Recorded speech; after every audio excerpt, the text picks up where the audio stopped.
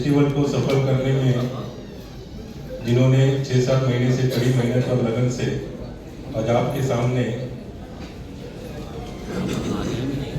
संस्कृति art festival 2025 में कहना चाहता हूं कि इस फेस्टिवल की शुरुआत होगी 10 तारीख को पार्क पे एक कार्निवल से शुरुआत होगी, एक शोभा यात्रा जिनमें हमारे चेयरमैन श्री प्रताप सरनाईक साहब का विजन है कि ये बल्कि अपने पूरे सिटी का फेस्टिवल है, सिटी जुड़ना चाहिए। तो इस साल सारे एनजीओस, इस शहर के सारे एनजीओस, सारे कम्युनिटी और सारे सोसाइटी मेंबर, इस अभिजीत भट्टाचार्य जी, संजीव 11 तारीख को अभिजीत भट्टाचार्य जी और 12 तारीख को संजीव राठौड़ और 13 तारीख को मिका सिंह, ये सारे मेन स्टेज में कलाकार होंगे। और वैसे ही सवेरे तरंग स्टेज पे विदुषी आरती अंकलेकर तिकेकर उनका गायन होगा। वैसे ही पद्मश्री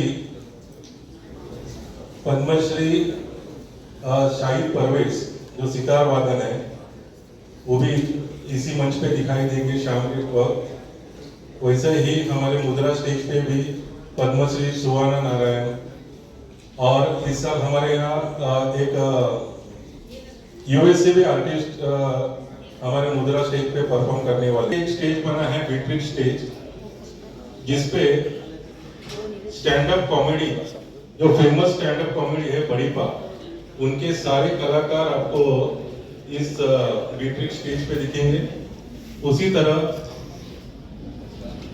जेंट्स रैपर तो आपने काफी देखा होगा, वुमन रैप सॉन्ग गाने वाले वुमन रैपर, वो भी अनेक दिग्गज कलाकारांना या उपवनच्या मंचावर घेऊन येण्याची एक किमया आमच्या ह्या मंचावर उपस्थित असलेल्या सगळ्या आमचे जे कमिटी मेंबर आहेत त्यांनी केलेली।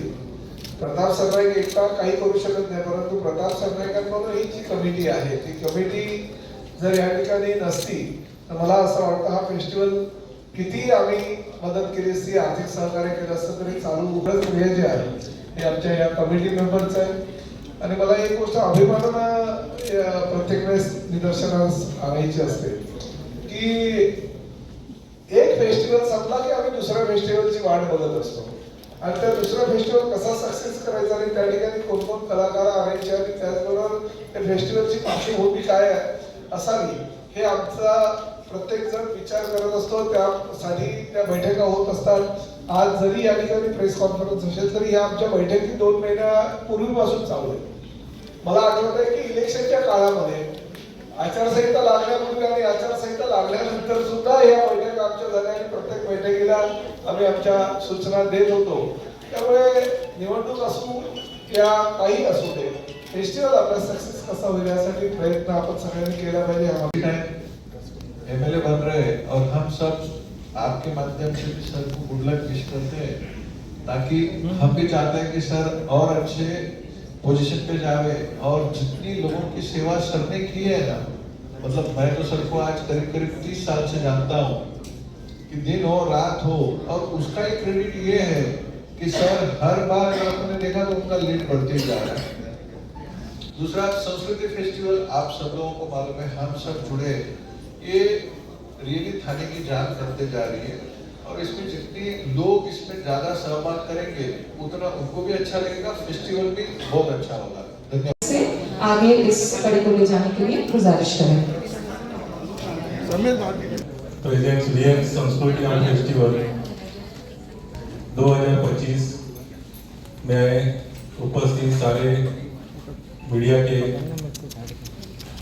भाइयों बहनों, सरनाईक फाउंडेशनच्या माध्यमातून या वर्षी सुद्धा संस्कृती आर्ट फेस्टिवल दिनांक 10, 11, 12 आणि 13 जानेवारी रोजी उपवनच्या अतिशय निसर्गरम्य परिसरामध्ये आम्ही साजरा करतोय।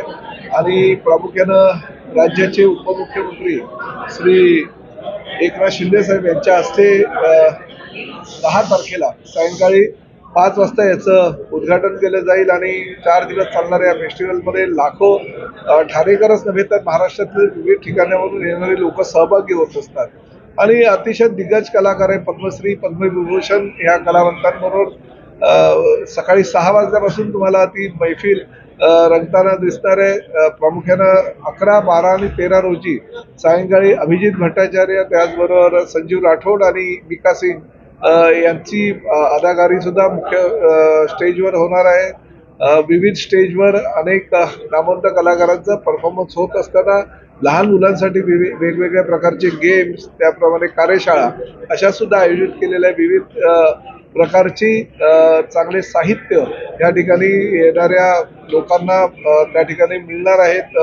विकत घेणारे पेंटिंगचं आम्ही एक्झिबिशन त्या ठिकाणी ठेवणार आहोत आणि दरवर्षी वेगवेगळं काहीतरी देण्याचा प्रयत्न आहे. प्रामुख्यानं आपल्या देशाला स्वातंत्र्य होऊन 75 वर्ष पूर्ण झाली आणि ह्या ठाण्यामध्ये देशातले विविध राज्यातली लोक ज्या गुण्यागोविंदानं राहतात ती एक थीम घेऊन आम्ही लोकांच्या पुढे यावर्षी आमचा फेस्टिवलचा जो आयोजन आहे तो सादर करीत आहोत आणि आम्हाला निश्चित खात्री आहे की लाखो लोकांची गर्दीची दरवर्षी असते तशीच गर्दी यावर्षी सुद्धा या फेस्टिवलला होणार आहे.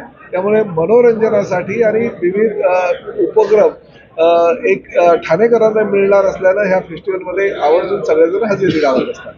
ह्या का मुख्यमंत्र्यांना आणि त्याचबरोबर उपमुख्यमंत्री श्री अजितदादा पवार आणि मुख्यमंत्री श्री देवेंद्रजी फडणवीस यांना सुद्धा आम्ही आमंत्रण देणार आहोत आणि दरवर्षीप्रमाणे निश्चितपणे ही मंडळी सुद्धा या ठिकाणी येतील.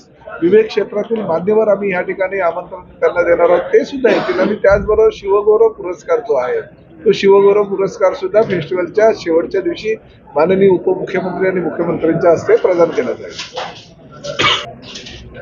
मी सुद्धा आपल्या सगळ्यांच्या माध्यमातून रोज दूरवाहिन्या ज्या आहेत त्यामध्ये नाव माझं ऐकतोय, त्याचबरोबर विविध वृत्तपत्रांमध्ये पण नावं येत आहेत.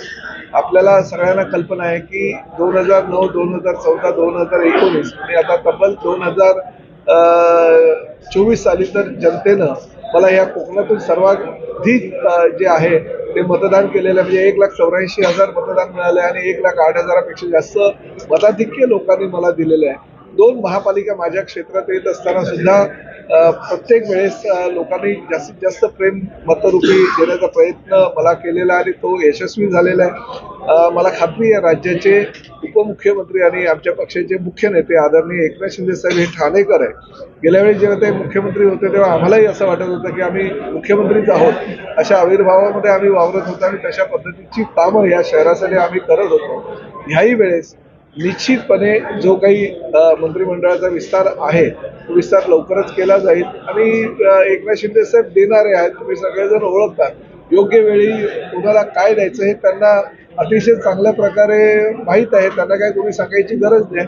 त्यामुळे निश्चितपणे माझा विचार करून ते भविष्यामध्ये योग्य ती जबाबदारी माझ्यावर देतील आणि फक्त ठाण्यामध्येच नव्हे तर महाराष्ट्रामध्ये पक्ष संघटना मजबूत करण्यासाठी आणि पक्षाचा विस्तार करण्यासाठी पुढील 5 वर्षात काहीतरी जबाबदारी माझ्या अंगावरती देतील याची मला खात्री आहे. 16 तारखेला अधिवेशन आहे, नागपूर अधिवेशन आहे. याच्या आधी मंत्रिमंडळ विस्तार होणं गरजेचं आहे. साधारण कधीपर्यंत होण्याची शक्यता आहे? जाहीर केलेलं आहे, उपमुख्यमंत्र्यांनी जाहीर केलेलं आहे की अधिवेशनापूर्वी हा मंत्रिमंडळाचा विस्तार होईल. कारण शेवटी 3 मंत्र्यांनीच शपथ घेतलेली आहे, 1 मुख्यमंत्री आणि 2 उपमुख्यमंत्री आणि 1 आठवड्याचं हे अधिवेशन आहे, 5 दिवस चालणार आहे. त्यामुळे अधिवेशन काळामध्ये विविध समस्या आणि त्याचबरोबर महाराष्ट्राच्या विकासाच्या दृष्टीनं घेणारे अनेक पावलं आणि त्याचबरोबर अनेक सदस्यांची जी प्रश्न आहेत त्या अधिवेशनात जे मांडले जातील, प्रश्नोत्तराचा तास जरी नसेल किंवा लक्षवेधी सूचना जरी नसतील तरी अनेक प्रश्न सदस्य उपस्थित करत असतात. त्यामुळे त्यांच्या प्रश्नांना उत्तरं सगळ्या मंत्र्यांनी देणं गरजेचं असतं. त्यामुळे मला खात्री आहे की जसं मुख्यमंत्री आदरणीय देवेंद्रजी फडणवीस यांनी सांगितलं की 16 डिसेंबर पूर्वीच म्हणजे अधिवेशनापूर्वी मंत्रिमंडळाचा विस्तार केला जाईल, अशा प्रकारचा विस्तार होईल असा आमचा अंदाज. सर, कल्याणमध्ये दुर्गाडी किल्ल्यावरती कल्याणच्या सत्र न्यायालयाचा मी आभार व्यक्त करतो की धर्मवीर आनंद दिघे साहेबांच्या माध्यमातून सुरू झालेला दुर्गाडी किल्ल्याचा जो एक आंदोलनाची भूमिका शिवसेनेनं आणि त्या तत्कालीन आमचे शिवसेना प्रमुख आदरणीय बाळासाहेब ठाकरे आणि धर्मवीर आनंद दिघे साहेबांनी हा लढा चालू केला आणि जसा मलंगगड तशाच पद्धतीनं ह्या दुर्गाडी किल्ल्याचं आंदोलन चालू झालं.